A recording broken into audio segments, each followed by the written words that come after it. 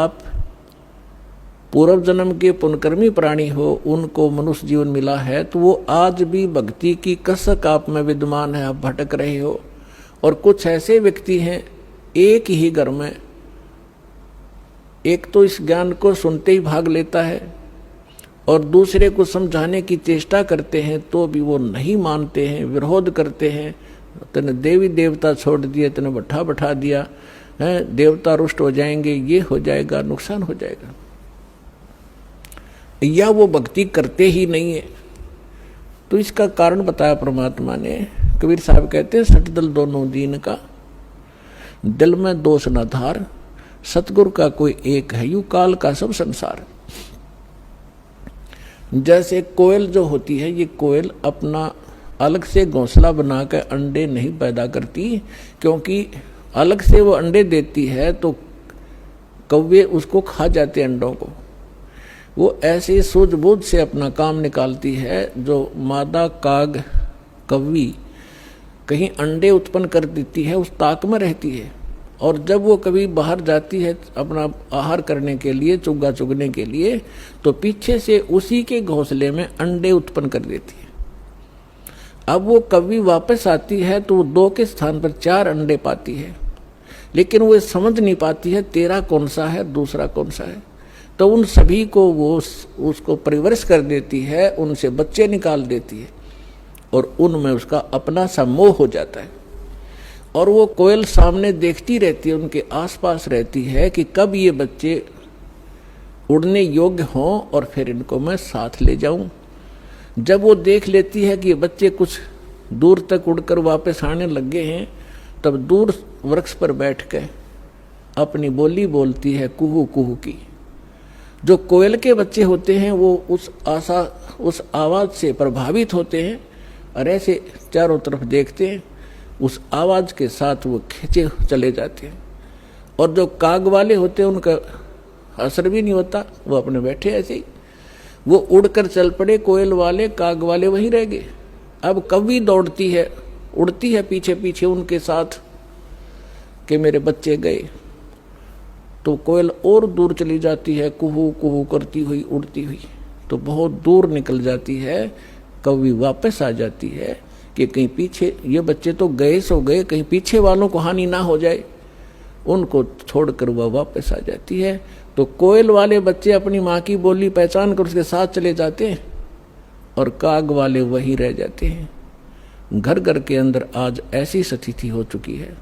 जो परमात्मा के पूर्व जन्म के संस्कारी हंस हैं, परमात्मा की इस बोली को, कोयल की बोली को सुनते ही फड़क गए और भाग लिए सतलोक आश्रम की ओर।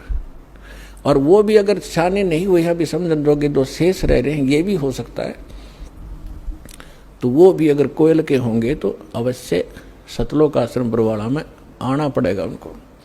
तो ठीक इसी प्रकार पिछले संस्कार से आपको सब वस्तु प्राप्त हो रही है, लेकिन आगे की भी तैयारी करवानी है। जैसे काग भूषण का पिछला संस्कार नहीं था, ऐसा रीजन बन गया और उसके ऊपर इतना सत्संग की बौछार होगी, ना चाहते हुए भी उसने वहां रहना था। रोज ऋषि ने, संत ने सत्संग करना था, उसका असर हो गया। अब जैसे किसी को सर्प डस जाता है और पहले मंत्रों से यंत्र ये सब जतन हुआ करते थे, गारुड़ एक मंत्र सिद्ध कर लेता है वेद का, और उस मंत्र से फिर वो विष उतारता है। तो उस जिसको सर्प ने डसा हुआ है वो अचेत पड़ा है, ना उस मंत्र की लैंग्वेज समझता है, ना आवाज सुन रहा है, लेकिन वो मंत्र फिर भी उसके ऊपर असर करके विष रहित कर देता है और वो सचेत हो जाता है। ठीक इसी प्रकार आज परमात्मा ने यही तरीका बनाया है। ऐसे साधन बना दिए, चिप बनवा दी, वीडियो ये DVD बनवा दी, सुबह दोपहर शाम की आरती कंपलसरी करनी पड़ेगी। अब घर के अंदर जो सदस्य नहीं भी नाम लेना चाहते और ना सुनना चाहते, वो घर से बाहर कहाँ जाएंगे। आप अपनी आरती भी कर रहे हो, आप अपना मंत्र जाप भी कर रहे हो, आप परमात्मा की वाणी सत्संग भी चला देते हो देर सवेर, तो उनके ऊपर उस कागभूषण की तरह एक दिन असर होगा, और वो भी या राम नाम की कलम उनका भी चढ़ जाएगी एक दिन, और उनका पार होगा, क्योंकि भगवान का वचन है। तो ये तरीका अपनाया परमात्मा ने। परमेश्वर ने बताया कि हमारी काल के साथ वार्ता हुई थी, जब परमात्मा ने कहा था कि मैं नीचे के लोकों में जाके तेरी वास्तविकता बताऊंगा सभी प्राणियों को कि तू भगवान नहीं है, तू काल है, इनको खाता है, इसलिए तो इनको जन्मता और मारता है, पैदा करवाता और मारता है। असली भगवान कोई और है, वहां जाने का तरीका मैं बताऊंगा, ऐसा गुप्त मंत्र मैं लेकर आया हूं। तब काल ने पैर पकड़ दिए, बहुत ज्यादा जो है प्रार्थना की, परमात्मा ने स्वीकार की। इसने कहा कि भगवान 3 युगों में जीव ना ले जाना, कम ले जाना, थोड़े थोड़े, और चौथे युग में, कलयुग में कितने ही जीव ले जाना, इतनी दया मेरे पर कर दो। परमात्मा को भी पता था कि सतयुग त्रेता द्वापर में ये जीव गणे दुखी नहीं होते, और इनकी पूर्व जन्म की बैटरी चार्ज होती है, उसी से ये सुखी होते, और ये सोच रहे होते हैं हम राम और कृष्ण की भक्ति कर रहे हैं, शायद इसी से सुखी हैं, तो इसलिए ये मेरे ज्ञान को स्वीकार नहीं कर पाएंगे। मालिक को मालूम था, तो इसलिए मालिक ने कहा था परमात्मा ने कि भाई ठीक है, चौथा युग जब कलयुग आई तब हम अपना अंश पठाई और काल फंद छूटे नरलोई, सकल सृष्टि परवानिक हुई। परमात्मा ने कहा था जब कलयुग के अंदर मैं अपना दास भेजूंगा और फिर ये काल के सब बंधन छूटेंगे और सारा विश्व मानव शरीरधारी प्राणी और साथ में जो मनुष्य, जो पशु पक्षी हैं, वो भी मनुष्य धारण करेंगे और वो सभी परमात्मा की भक्त नाम लेंगे। सकल सृष्टि परवानिक हुई, परवानिक माने दीक्षित होंगे। और कहते हैं कलयुग बीते 5500 पाचा, तब ये वचन मेरा होगा साचा, और कलयुग बीत जावे जब एता, सकल यानी सभी प्राणी परम पुरुष पद चेता। 600 वर्ष पहले मालिक की वाणी में लिखा हुआ है, कबीर वाणी में, सच्चिदानंद घन ब्रह्म की वाणी में, यानी सूक्ष्म वेद में, उस तत्व ज्ञान में लिखा है, परमात्मा ने बोला था, धर्मदास जी लिखा था, उसमें कहा है कि जब चौथा युग जब कलयुग आई तब हम अपना अंश पठाई और काल फंद छूटे नरलोई, नर नारी सभी का काल का फंद छूटेगा, जो इसने जकड़ रखा है, मूर्ख बना रखा है, बस इतना ही सीमित कर दिया, ये तेरा बेटा है या तेरी बेटी है, ये तेरी कार या तेरी कोठी है, 1 मिनट में मृत्यु हो जा, छोड़ बेटा, अब ये सब मेरी है, तू गधा बन। तो यह भूल या हमारे साथ इसने धोखा कर रखा था, इस ज्ञान से अब हमें खूब समझ में आएगा और हमारे बच्चे भी सुरक्षित रहेंगे, हम भक्ति करेंगे। परमात्मा की शरण में आने से हमारे प्रारब्ध के जो पाप आने हैं, मृत्यु होने या काल मृत्यु या कोई अन्य अंग भंग होना है, वो नहीं होगा। अगर आप नियमित रहोगे, सच्चा विश्वास के साथ ही सद्भक्ति करोगे, तो वो दुख टलेंगे, आपके बच्चे आखिर तक आपके साथ रहेंगे जब तक, और वो भी मुक्त होंगे और आप भी होंगे यदि सारे भक्ति पर लग जाओगे। तो परमात्मा ने कहा था कि सकल सृष्टि परवानिक होई, काल फंद छूटे नरलोई, काल का जो बंधन है कर्मों से बांध रखा इसने, और ये सब छूटेगा और सारी सृष्टि उपदेशी होगी। कलयुग बीतते 5500 पाचा, धर्मदास जी से कहा था कि कलयुग बीतते 5500 पाचा, तब ये वचन मेरा होगा सच्चा। आज से 600 वर्ष पहले मालिक ने ये कहा था कि पूरा विश्व मेरी भक्ति करा करेगा कबीर की, और सभी उस सतलोक के परम परमेश्वर के उस परम पद के जानकार होंगे, सबको ज्ञान हो जाएगा उस परम पुरुष के उस पद का, जो गीता अध्याय नंबर 18 के श्लोक नंबर 62 में कहा कि अर्जुन तू सर्वभाव से उस परमेश्वर की शरण में जा, उसकी कृपा से ही तू परम शांति को और सनातन यानी शाश्वत स्थान को प्राप्त होगा। गीता अध्याय नंबर 15 के श्लोक नंबर 4 में कहा कि तत्वदर्शी संत की प्राप्ति के उपरांत यानी तत्व ज्ञान से परिचित होने के उपरांत परमेश्वर के उस परम पद की खोज करनी चाहिए, जहां जाने के बाद साधक फिर लौटकर कभी संसार में नहीं आते। और जिस परमेश्वर ने सब ब्रह्मांडों की रचना की है, अपने विषय में गीता ज्ञानदाता कहता दूसरे अध्याय के 12वें श्लोक में, चौथे अध्याय के 5 और 9 श्लोक में, 10वें अध्याय के दूसरे श्लोक में कि अर्जुन तेरे और मेरे बहुत जन्म हो चुके हैं, आगे भी होंगे और पहले भी हम जन्मते रहे हैं। इसलिए वो कहता अर्जुन तू सर्वभाव से उस परमेश्वर की शरण में जा, जिसकी कृपा से तू परम शांति को और परमात्मा सनातन परम धाम को प्राप्त होगा। तो यहां बता रहे हैं परमेश्वर कि कलयुग बीत जावे जब एता 5500 वर्ष 5 वर्ष। और तब सकल प्राणी उस परम पुरुष के परम पद चेता, उस परमेश्वर के उस परम पद के सभी जानकार हो जाएंगे। कोई सतलोक है, सचखंड है, जहां हम रहते थे वहां जाना है, तो जहां आशा ताबासा हुई, मन कर्म वचन सुमरियो सोई। तो जो प्रसंग चल रहा है हम उसी पर आते हैं। अब आपके जो पूर्व जन्म के संस्कार हैं, उस कारण से आप भक्ति की चाह आप लिए हुए हो। दुर्भाग्य आपका कि उन नकली संतों के पास पहुंच गए। तो परमात्मा ने कहा था कि जब कलयुग 5505 बीत जाएगा, उस समय सभी पंथ और सभी जितने भी मजहब अपना उनके धर्म गुरु, वर्तमान गुरु जो भी ज्ञान रखते हैं वो सब सुना चुके होंगे, उनकी बहुत बड़ी पुस्तकें बन चुकी होंगी।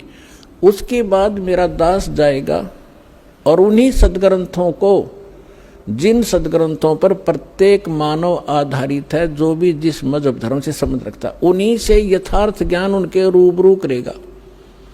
उसके लिए परमात्मा ने सबसे पहले आपको ये इंस्ट्रूमेंट बनवाए, प्रोजेक्टर बनवाए, टीवी चैनल बनवाए।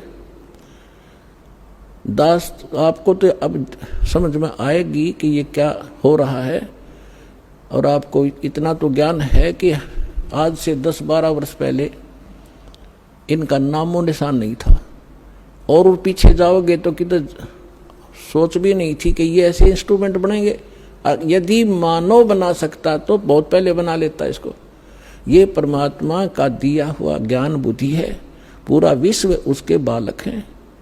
कहीं से भी इसने किसी क्षेत्र से, पृथ्वी के किसी कोने से भी इंस्ट्रूमेंट किसी भी अपने बच्चे से बनवाया, ये गॉड गिवन माइंड है। मानुष जीव सत्र का ये नहीं बना सकता। ये इसलिए बनवाया दाता ने, पहले आपको शिक्षित किया। अब इस दास का जन्म 1951 में हुआ, तब तक शिक्षा का कोई नामो निशान नहीं था। इक्का दुक्का की तो बड़ा करता कोई, और उसके बाद एकदम बाढ़ सी आ गई। इतने आकर्षित हुए, कारण कुछ भी बिना, चाहे रोजी रोटी के लिए सब ने डिवोट कर दिए अपने बालक।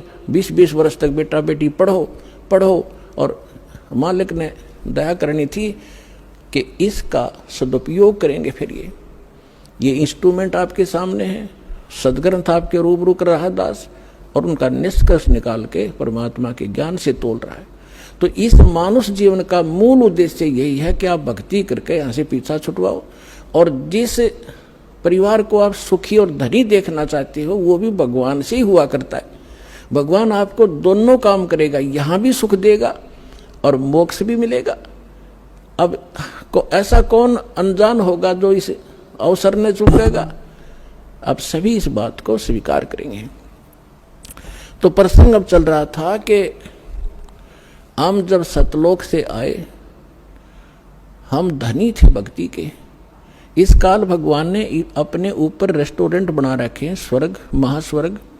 प्रत्येक जो भी देव है उन देवों के अपने लोक हैं अलग से, जैसे विष्णु लोक, शिव जी का लोक, ब्रह्मा जी का लोक और गणेश जी का लोक, ऐसे। तो वहाँ इन्होंने अपने रेस्टोरेंट बना रखे हैं। वहाँ जो विष्णु जी का पुजारी वहाँ जाएगा, उसने जितने पुण्य किए हैं, भक्ति की है भगवान की, तो उसका टैक्स लेगा वो उस रेस्टोरेंट में 10%, किसी ने 20% उसकी पुण्य कमाई से, और वहाँ सब सुविधाएं उनको देंगे जैसे होटल में होता है। पैसे उसी के होंगे, खर्च पुण्य उसी के होंगे। उन पुण्यों से भी 10-20% वो ये देवता हम आपसे टैक्स लिया करते हैं। और जब आपकी वहाँ पूंजी समाप्त हो जाएगी, पुण्य समाप्त होती है, आपको 84 लाख योनियों में गधे कुत्ते जो भी संस्कार हो वहाँ भेज दिया जाएगा। और अब हम जो सतलोक कैसे जाएंगे? हमारी भक्ति शास्त्र अनुकूल ना होने से हमारे पूर्व जन्म के जो संस्कार थे वो सतयुग त्रेता द्वापर में अक्षीण हो गए। अब चौथा युग जब कलयुग आ गया, अब इसमें आप देख रहे हो कोई प्राणी सुखी नहीं है, कोई भी सुखी नहीं है। चाहे ऊपर तो आपने कितना चिकना चोपड़ा दिखता हो और चाहे प्रधानमंत्री दिखाई देता, उसको चैन सपने में नहीं है। कोई ना कोई ऐसी टेंशन उसके घर करी हुई है कि वो बता भी नहीं सकता किसी को। तो इसलिए परमात्मा को ये मालूम था कि जब इनके पुण्य क्षीण हो जाएंगे तब इनकी आंखें खुलेंगी। ये वो भक्ति भी करके छक लेंगे, उन संतों के पास भी भटक कर छक लेंगे जिनको ये संत मानते, और फिर भी ये ज्यों के त्यों रहेंगे, तब हमारे दास के पास आएंगे। और वो ऐसा मंत्र समर्थ के पास वो पावर है कि आपके संस्कार प्रारब्ध के दुख को भी, प्रारब्ध के संस्कार को भी वो चेंज कर सकता है। मासा घटे न तिल बधै, विद ना लिखे जो लेख, और सच्चा सतगुरु मेट के ऊपर मार दे मेघ। अब सतगुरु ना मिलने से भेड़ पूछ को पंडित पकड़े बादो नदी बिहंगा, गरीबदास वो भवजल डूबे जिनको नहीं साध सत्संगा।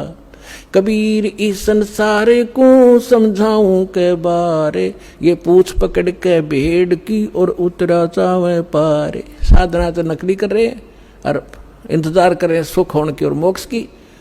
कहते हैं संशय शोक सराय में सुतक दिन राती, और जीवत जग में जूती पड़े फिर जम तोड़े छाती। सत साधना ना करने से हमेशा आपके संशय और शोक, ये दुख सदा बने रहेंगे, और जीवत जग में जूती पड़े यहाँ नरे कष्ट भोगोगे, और फिर जम तोड़े छाती, यम के दूत आगे फिर बहुत दुखी करेंगे जो सत साधना नहीं कर रहे। तो यहाँ क्या बताते हैं परमात्मा, फिर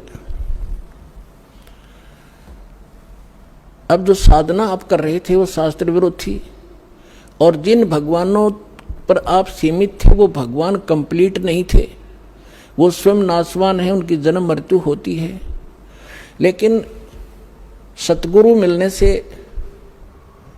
तत्व ज्ञान का हमें प्रकाश होता है, उसके आधार से फिर हम अपने उस मार्ग पर चलते हैं। कबीर साहब कहते हैं, पीछे लग गया जाऊं था मैं लोक वेद के साथ, रस्ते में सतगुरु मिल गए वो दीपक दे दिया हाथ।